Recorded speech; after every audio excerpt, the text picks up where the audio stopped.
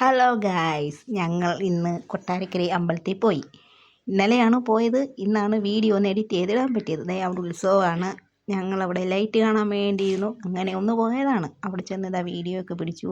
Mock മൈലാഞ്ചി ഇടണമെന്ന് ഞാൻ ചോദിച്ചു. അങ്ങനെ അവൾക്കൊരു ഒരു ഒരു ഡിസൈൻ സെലക്ട് ചെയ്തു. അത് കൊടുത്തു. അത് മോടെ കയ്യിലിടാൻ വേണ്ടി ഞങ്ങൾ ചെന്നു.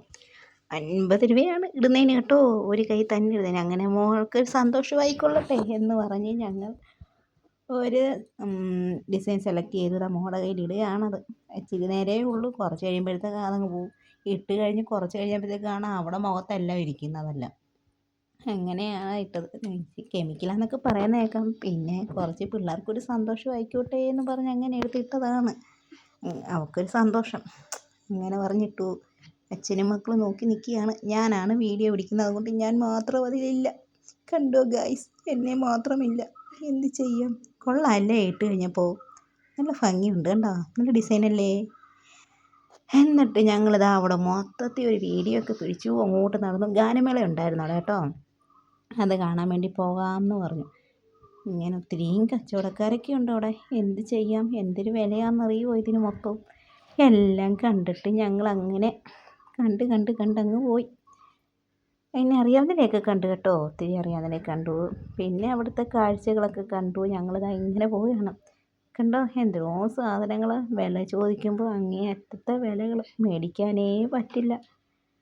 ഇങ്ങനെ ഞങ്ങൾ പിന്നെ എന്തായാലും അതിൻ്റെയൊക്കെ വീഡിയോ പിടിക്കുന്നതിന് കാശ് കൊടുക്കണ്ടല്ലോ. അങ്ങോട്ട് ഞാനൊരു വീഡിയോ ഒക്കെ അങ്ങ് പിടിച്ചു. ഒരു വീഡിയോ ആയല്ലോ. അങ്ങനെ വീഡിയോ പിടിച്ച് ഞങ്ങളിങ്ങനെ നടക്കുകയാണ്. കണ്ടോ, അച്ഛനും മോനും അപ്പോഴത്തേക്ക് വെള്ളം വേണം. ഇങ്ങനെ വെള്ളം കുടിക്കാൻ അവർ രണ്ടും വെള്ളം എടുത്തു. ഇതാണ് അമ്പലത്തിൻ്റെ ഫ്രണ്ട് വശം അത് കേട്ടോ. ഇതുവഴി അകത്തോട്ടാണ് ഞങ്ങളുടെ ഗണപതി അമ്പലത്തിൽ കയറുന്നത്.